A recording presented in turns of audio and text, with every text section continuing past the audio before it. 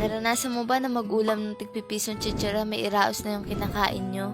Tapos ang sausawan, suka at toyo, napakasarap nun mga mare. Nung mga bata kami, isa na yun sa pinakamasarap na maiulam namin sa pang-araw-araw. Hindi kami mga mare nagrereklamo kasi ayun lang minsan ang kaya ng mga magulang namin na iulam namin sa araw na yon.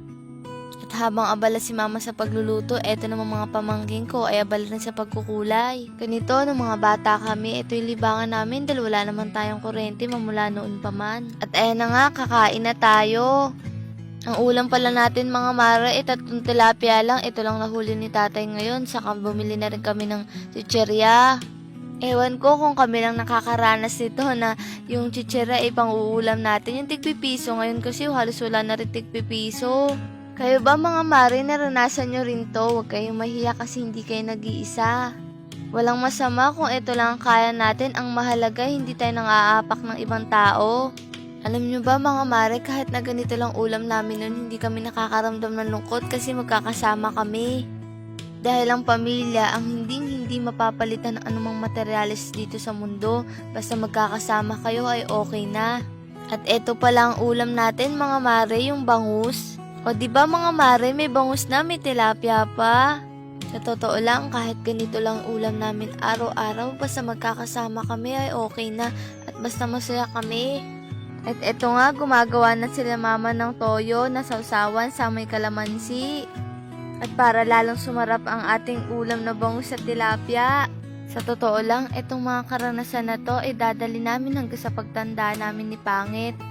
Dahil ito ang bumuo ng pagkatao namin at kung bakit nagsusumikap kami para sa pamilya namin. Kahit ganitong ulam, hindi ko ito ipagpapalit sa iba kasi alam niyo kung bakit. Dahil masarap na yung ulam ko, hindi naman kayo sabay-sabay. Ito ang masaya sa probinsya, kahit mahirap ang buhay, sabay-sabay naman kayo kumakain at nagtatawanan. At eto nga si tatay, tuwang-tuwa pa kahit ang ulam niyo lang naman isang tilapia at may sili na may bagoong. At ayan nga mga mare, maulan ng araw na yan. At tingnan nyo mga mare, kahit na ganito ulam namin, napakasaya pa rin namin. At sa mga taong nagrereklamo sa kung ano meron sila, lagi nyo tatandaan na mas may naghihirap pa sa inyo. Kaya dapat matuto tayong makontento at magpasalamat sa itaas. Habang pinapanood ko to, para bang bumalik ako sa aking pagkabata. Napakatatag pala namin kasi kahit anong hirap na dinaranas namin, hanggang ngayon nakatayo pa rin kami. At hindi ako nahihiya na ganito lang talaga ang buhay na meron kami. Kaya ikaw, kung ano man ang pinagdadaanan mo ngayon, huwag kang susuko, laban lang.